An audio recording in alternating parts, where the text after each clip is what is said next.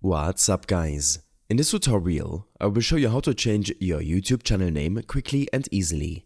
To get started, open YouTube and make sure you're signed in to the correct account.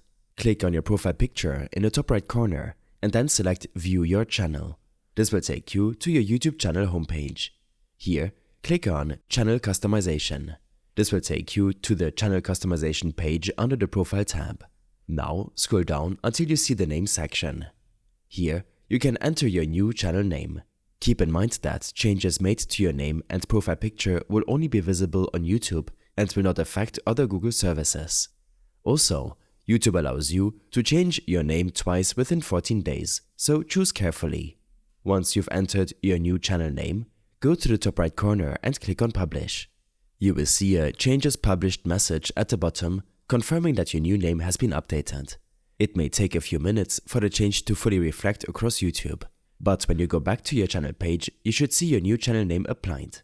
I hope this helped you out. Leave a comment if you have any questions and see you in the next one.